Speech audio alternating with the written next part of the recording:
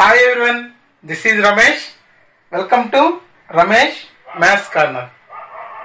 మనకు competitive exams లో decimals అనే టాపిక్ కింద మనకు ఇలాంటి ప్రశ్నలు ఎక్కువగా కనిపిస్తుంటాయి.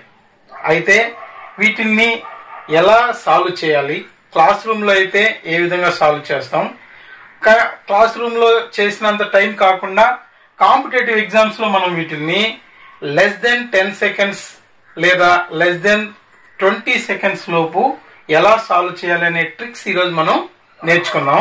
ఫస్ట్ క్లాస్ రూమ్ లో మనం ఎలా సాధిస్తాం అనేది ఒకసారి కంటెంట్ ఒకసారి తెలుసుకుందాము. సో ఇక్కడ మనకు ఫస్ట్ క్వశ్చన్ చూడండి, 0.25 బార్ అని ఇచ్చారు. దీన్ని బార్ అని కానీ లేదా వింకులం అని కానీ చదువుతాము. సో బార్ అని చదువుదాం. సో 25 అనేది బార్ కింద ఉంది. అంటే ఇక్కడ మనకు ఈ డెసిమల్ పాయింట్ కి తరువాత ఎన్ని అంకెలకి ఈ విధంగా బార్ ఉంది అనే దాన్ని అవధి అని అంటాం, పీరియడ్ అని అంటాం. ఇక్కడ మనకు 25 అనేది 25 అనేది రిపీట్ అవుతూ వస్తుంటుంది. అలా ఎన్ని అంకెలు రిపీట్ అవుతున్నాయి అన్నదాన్ని వ్యవధి, పీరియాడిసిటీ అని అంటాం. అయితే ఇక్కడ ఫస్ట్ మనం క్లాస్ రూమ్ మెథడ్ లో ఇచ్చినటువంటి ఈ విలువని ఎక్స్ అని అనుకుంటాం.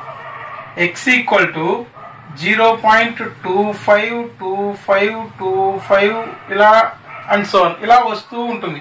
25 అనేది రిపీట్ అవుతూ ఉంటుంది. అయితే ఇక్కడ మనకు ఈ బార్ అనేది ఎన్ని అంకెలకైతే ఉంటుందో అన్ని సున్నాలున్న అంకెతో దీన్ని మనం మల్టిప్లై చేయాలి. అంటే ఇక్కడ 2 అంకెలు ఉన్నాయి కాబట్టి 2 సున్నాలున్న అంకె అంటే 100 తో మల్టిప్లై చేస్తాము.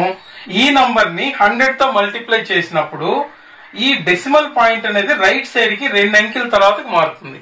నిన్న చెప్పుకున్న క్లాస్ లో కూడా చెప్పుకున్నాం, ఏదైనా ఒక డెసిమల్ పాయింట్ ఉన్నప్పుడు ఈ డెసిమల్ పాయింట్ లో మనకు ఈ డెసిమల్ పాయింట్ అనేది ఇంటూ 10 చేసినప్పుడు రైట్ సైడ్ కి ఒక అంకె మూవ్ అవుతుంది, డివైడెడ్ బై 10 చేసినప్పుడు లెఫ్ట్ సైడ్ కి ఒక అంకెకు మూవ్ అవుతుంది అని చెప్పుకున్నాం.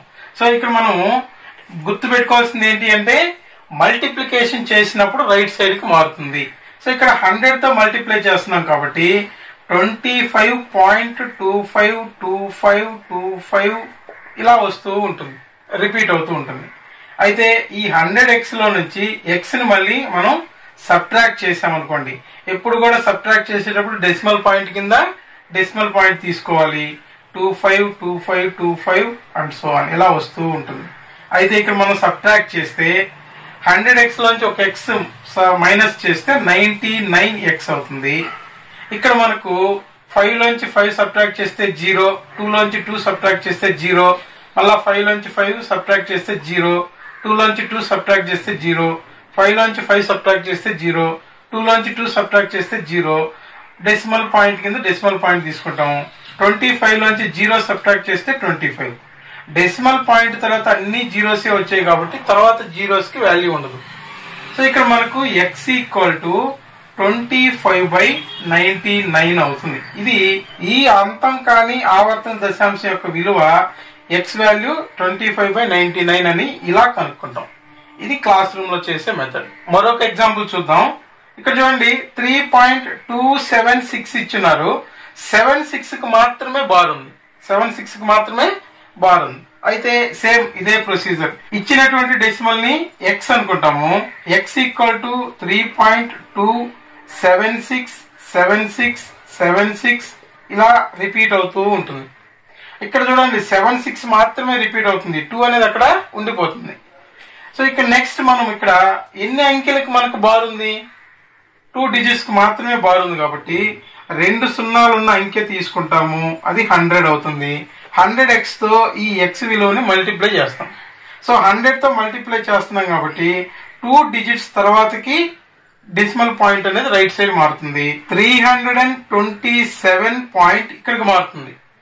6767676 ఇలా రిపీట్ అవుతూ ఉంటుంది. అయితే ఇక్కడ మనకు దీనిలో నుంచి x అనే విలువని సబ్ట్రాక్ట్ చేస్తాము. సో ఇక్కడ మనకు 3 పాయింట్ డెసిమల్ పాయింట్ కింద డెసిమల్ పాయింట్ తీసుకుంటాము. 2767676 ఇలా రాసుకుంటాం.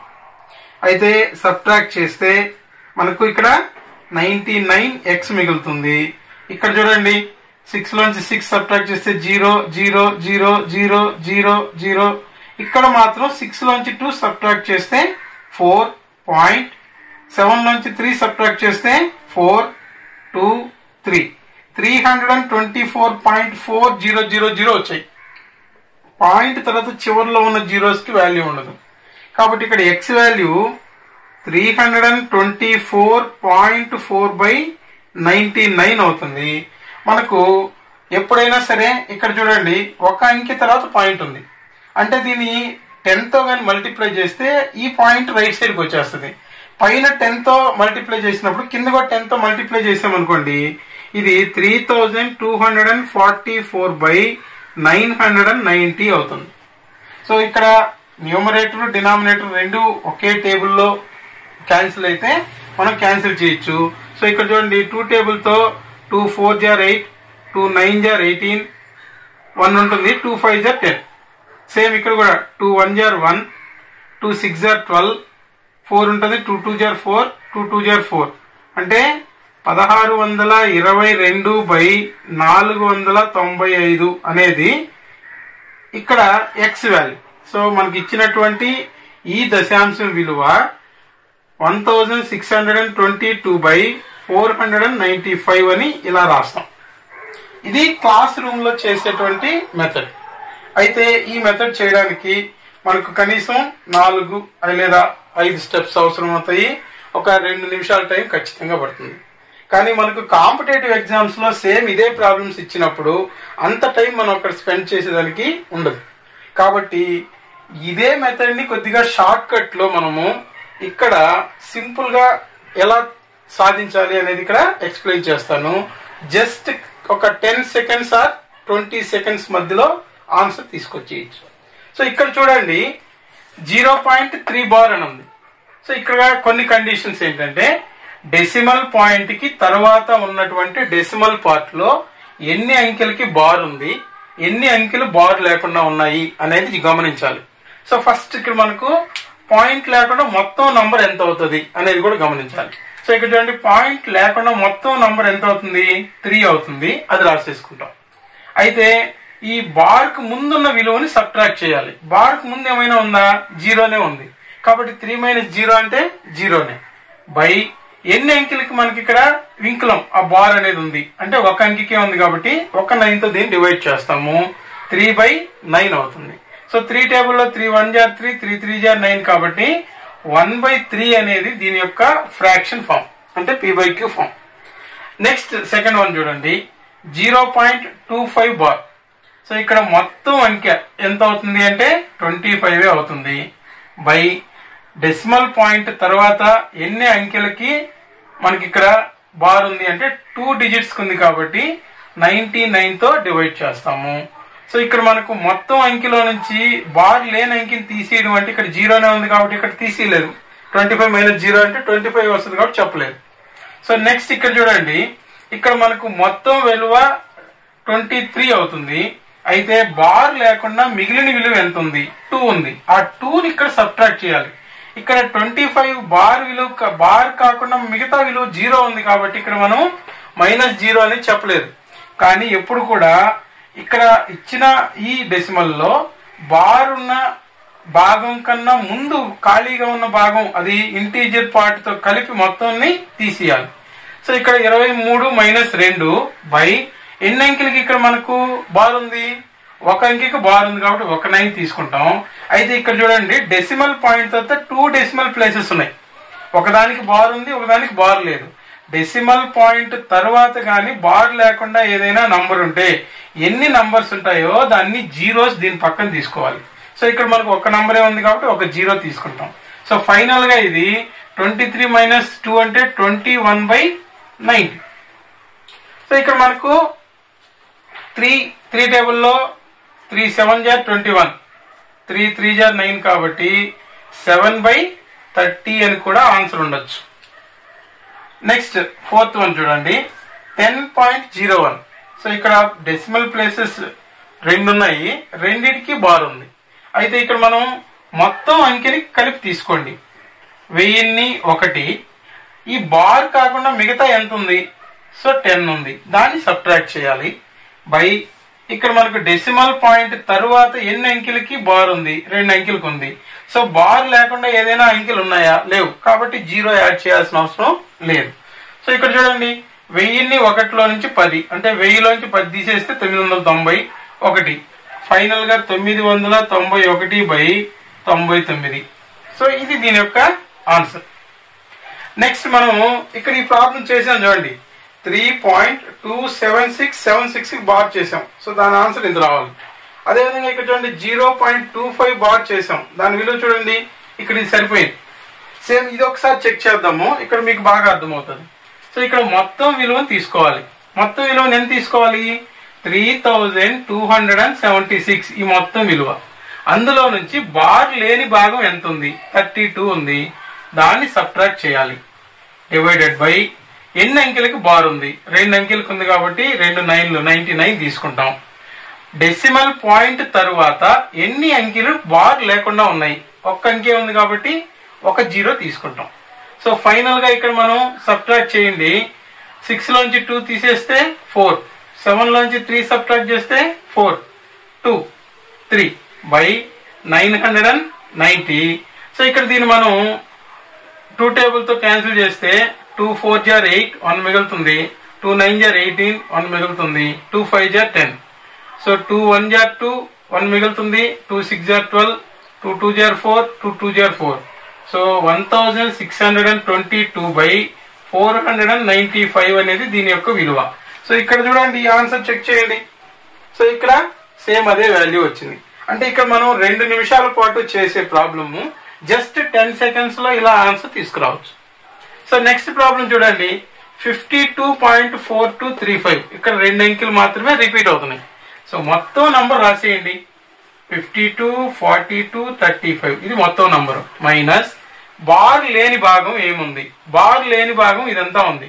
అంటే 5242 సబ్ట్రాక్ట్ చేయాలి. డివైడెడ్ బై ఇక్కడ 2 అంకెలే రిపీట్ అవుతున్నాయి కాబట్టి 99 తీసుకుంటాం. డెసిమల్ పాయింట్ తరువాత 2 అంకెలు బార్ లేకుండా ఉన్నాయి కాబట్టి 2 0 తీసుకుంటాం. సో ఇక్కడ సబ్ట్రాక్ట్ చేయండి. ఈ నంబర్ లో నుంచి 5242 సబ్ట్రాక్ట్ చేస్తే 5 - 2 అంటే 3, 3 - 4 పోదు కాబట్టి రీఅరేంజ్ చేసుకుంటాం. 13 అవుతుంది. 13లో 4 పోతే 9. 1 నుంచి 2 పోదు కాబట్టి ఇక్కడ నుంచి రీఅరేంజ్ చేసుకుంటాం. 11 అవుతుంది. సో 11 నుంచి 2 పోతే 9. ఇక్కడ 3 నుంచి 5 పోదు కాబట్టి మళ్ళీ రీఅరేంజ్ చేసుకుంటాం. 13 అవుతుంది. 13 నుంచి 5 పోతే 8. ఇక్కడ రీఅరేంజ్ చేసాం కాబట్టి 1 ఉంటుంది. సో 5 ఉంటుంది.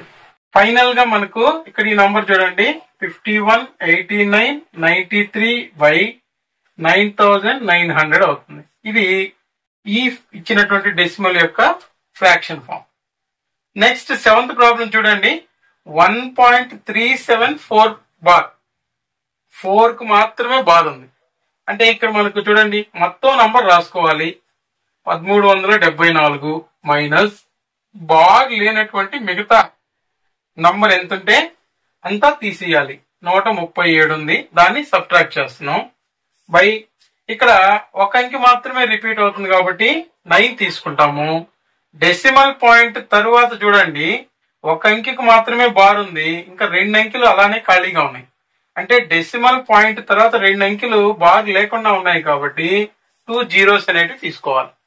సో ఇప్పుడు మళ్ళా ఇక్కడ మనం సబ్ట్రాక్ట్ చేస్తే 137 ని సబ్ట్రాక్ట్ చేస్తే చూడండి 14 అవుతుంది. 14 లో 7 సబ్ట్రాక్ట్ అయితే 7. ఇక్కడ 6 ఉంటుంది. 6 నుంచి 3 సబ్ట్రాక్ట్ అయితే 3. 3 నుంచి 1 సబ్ట్రాక్ట్ అయితే 2, 1. సో ఇక్కడ మనకు ఫైనల్ గా 1237/900 అనేది ఇక్కడ ఆన్సర్ అవుతుంది. నెక్స్ట్ 8th ప్రాబ్లం చూడండి, 25.02 బార్. ఇక్కడ మనకు మొత్తం నంబర్ అంటే 2502 అంటే 2502 మైనస్ బార్ లేనటువంటి భాగం 25 పక్క 0 కూడా ఉంది కాబట్టి 250 అవుతుంది. డివైడెడ్ బై ఇక్కడ మనకు 1 అంకె రిపీట్ అవుతుంది కాబట్టి 9 1 తీసుకుంటాము. డెసిమల్ పాయింట్ తర్వాత 1 అంకె మాత్రం బార్ లేకుండా ఉంది కాబట్టి 1 0 తీసుకుంటాం. సో ఇప్పుడు సబ్ట్రాక్ట్ చేయండి. 2502 లో నుంచి 250 సబ్ట్రాక్ట్ చేస్తే 2, ఇక్కడ 10 అవుతుంది. 10 లోంచి 5 సబ్ట్రాక్ట్ అయితే 5, ఇక్కడ 4 ఉంటుంది. 4 లోంచి 2 సబ్ట్రాక్ట్ అయితే 2, 2252/90 అనేది దీని యొక్క ఫైనల్ వాల్యూ. అయితే న్యూమరేటర్ డినామినేటర్ ఒకే టేబుల్లో గానీ క్యాన్సిల్ అవుతుంటే అప్పుడు మనం క్యాన్సిల్ చేయొచ్చు. 245/90, 2 1 jar 2 1 jar 2 2 jar 4, ఒకటి మిగిలి ఉంటుంది. 2 6 jar 12. 1126/45 అనేది దీని యొక్క ఫ్రాక్షన్ ఫామ్. సో ఇక్కడ గమనించండి, ఇక్కడ ఈ 8 ప్రాబ్లమ్స్ కానీ మీరు కానీ అర్థమైతే ఇలాంటి ప్రాబ్లం ఏది ఇచ్చినా సరే జస్ట్ 10 సెకండ్స్ లోపే ఆన్సర్ చేసేయచ్చు. ఇక్కడ మనం గమనించాల్సిన విషయం ఏంటి, ఇక్కడ మనకు ఇచ్చినటువంటి డెసిమల్ ని మొత్తంగా రాసుకుంటాము. డెసిమల్ లో ఈ బార్ లేనటువంటి విలువని సబ్ట్రాక్ట్ చేస్తాము. ఎన్ని అంకెలకు బార్ ఉంటే అన్ని 9s తో డివైడ్ చేస్తాము. డెసిమల్ పాయింట్ తరువాత బార్ లేకుండా ఎన్ని అంకెలు ఉంటే ఆ 9s పక్కన అన్ని 0s యాడ్ చేస్తాం. ఈ 4 పాయింట్స్ గుర్తుంటే ఇలాంటి ఏ ప్రాబ్లం ఇచ్చినా సులభంగా సాధించవచ్చు. జనరల్ గా ఇలా సింపుల్ గా అయితే ఏమి ఇవ్వడు. సో కాంపిటేటివ్ ఎగ్జామ్స్ లో ఎలాంటి ప్రాబ్లమ్స్ ఇస్తాడనేది ఇప్పుడు మనం చర్చిద్దాము. మనకు కాంపిటేటివ్ ఎగ్జామ్స్ లో ఈ టైప్ లో క్వశ్చన్ అనేది ఇస్తారు. అయితే ఇక్కడ ఫస్ట్ వన్ చూడండి, ఇక్కడ మనకు 0.36 అంటే దీన్ని ఇంతకు ముందు మనం చెప్పుకున్నట్టుగా 36/99 అనేది దీని యొక్క ఫ్రాక్షన్ ఫామ్. ప్లస్ ఇక్కడ చూడండి 37/99, ఇక్కడ కూడా చూడండి 80/99. సో డినామినేటర్స్ ఆర్ ఈక్వల్ కాబట్టి ఇక్కడ మనం న్యూమరేటర్స్ ని యాడ్ చేయొచ్చు, ప్లస్ ఉంది కాబట్టి. సో ఇక్కడ యాడ్ చేయండి. 80 ఒక 30 అంటే 110, 140, 140, 146 ప్లస్ 153.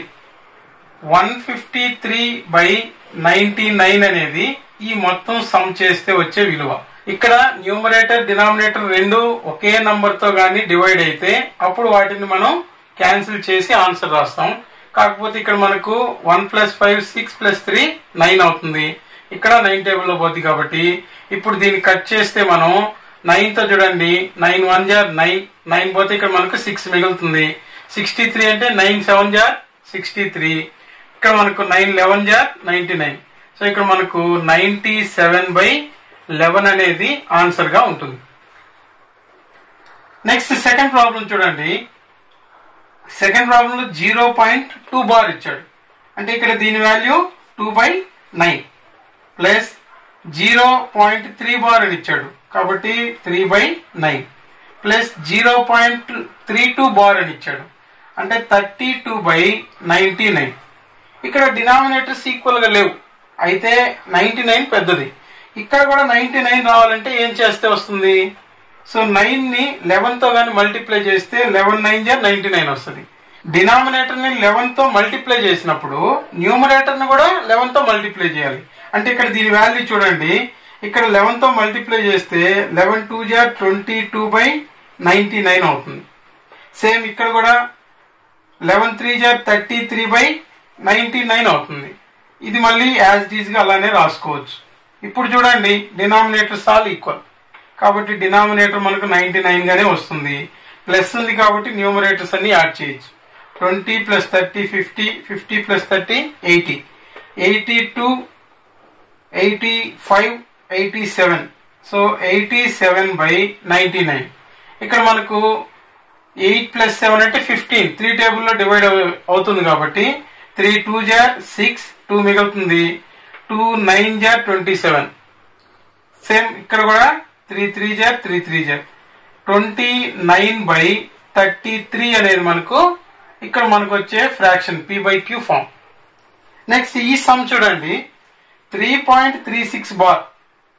ఇక్కడ మనము ఇంటీజర్ పార్ట్స్ అన్ని సపరేట్ చేసుకోవచ్చు, ఎందుకంటే ఆల్రెడీ 3 పాయింట్ ఇంటీజర్ సపరేట్ గా ఉంది కాబట్టి ఇక్కడ 3, ఇక్కడ ఒక 2, ఇక్కడ ఒక 1 మొత్తం 6 అనేది సపరేట్ చేసుకోవచ్చు. ప్లస్ అనేది ఇక్కడ యాడ్ చేసుకున్నాం 0.36 అవుతుంది అప్పుడు. కాబట్టి ఇక్కడ 36/99 2 డిజిట్స్ రిపీట్ అవుతున్నాయి కాబట్టి 99 తీసుకుంటాం.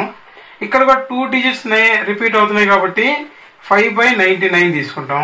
ఇక్కడ కూడా 2 డిజిట్స్ రిపీట్ అవుతున్నాయి కాబట్టి 33/99 తీసుకుంటాం. సో ఇక్కడ వరకు చూడండి సేమ్ అన్నిటికీ ఒకే డినామినేటర్ ఉంది కాబట్టి పైన న్యూమరేటర్స్ యాడ్ చేయొచ్చు. 30 + 30 60, 66, 69, 74 మొత్తం. సో ఇక్కడ 6.74/99 వచ్చింది. సో మనకి ఇక్కడ చూడండి 36/99 అంటే దీన్ని రివర్స్ ఆలోచించండి. 0.36 2 డిజిట్స్ కింద 2 9s తో మనం డివైడ్ చేస్తున్నామంటే ఇక్కడ 2 డిజిట్స్ రిపీట్ అవుతున్నాయి అని అర్థం. సేమ్ అదే విధంగా ఇక్కడ చూడండి 99 తో మనం దీన్ని డివైడ్ చేస్తున్నాము అని అంటే ఈ 2 డిజిట్స్ రిపీట్ అవుతుంటాయి అని అర్థం. అంటే ఇక్కడ దీని వాల్యూ వరకు ఏమవుతుందంటే 0.74 బార్ అవుతుంది. సో ఇక్కడ 6 కి ప్లస్ యాడ్ చేసినప్పుడు 6.74 పైన రెండింటికి బార్ వస్తుంది. సో ఇక్కడ దీని విలువ ఈ విధంగా చూపించడం జరుగుతుంది. ఒకవేళ దీన్ని కూడా మనకు ఫ్రాక్షన్ ఫామ్ లో ఆన్సర్ ఉంది అనుకోండి, అప్పుడు ఏం చేస్తాం, ఇక్కడ టోటల్ గా మనము 674 తీసుకుంటాము. 674 మైనస్ బార్ లేని భాగం 6 అనేది సబ్ట్రాక్ట్ చేస్తాము. బై 2 అంకెలతో రిపీట్ అవుతుంది కాబట్టి 99 తీసుకుంటాము. డెసిమల్ పాయింట్ తర్వాత బార్ లేకుండా ఏమీ లేవు కాబట్టి జీరోస్ అవసరం లేదు. సో ఇక్కడ చూడండి 674లో 6 తీసేస్తే మనకు 668 వస్తుంది. సో 668/99 అనేది ఇదైనా ఆన్సర్ లో ఉంటుంది లేదా ఇదైనా ఆన్సర్ లో ఉంటుంది.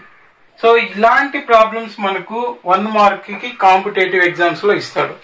కాబట్టి మనం వీటిని కొద్దిపాటి ప్రాక్టీస్ తో సులభంగా అక్కడ ఇచ్చిన 1 మినిట్ లోపు వీటిని మనం ఆన్సర్ చేసే విధంగా రెడీ అవ్వాలి. సో అందరూ వీడియోని చూస్తూ నోట్స్ రాసే ప్రయత్నం చేయండి. ఖచ్చితంగా మీకు ఫ్యూచర్ లో ఏ కాంపిటేటివ్ ఎగ్జామ్ రాయాలన్నా ఇవి ఖచ్చితంగా ఉపయోగపడతాయి. మళ్ళీ మరొక మంచి టాపిక్ తో కలుద్దాం. Thank you.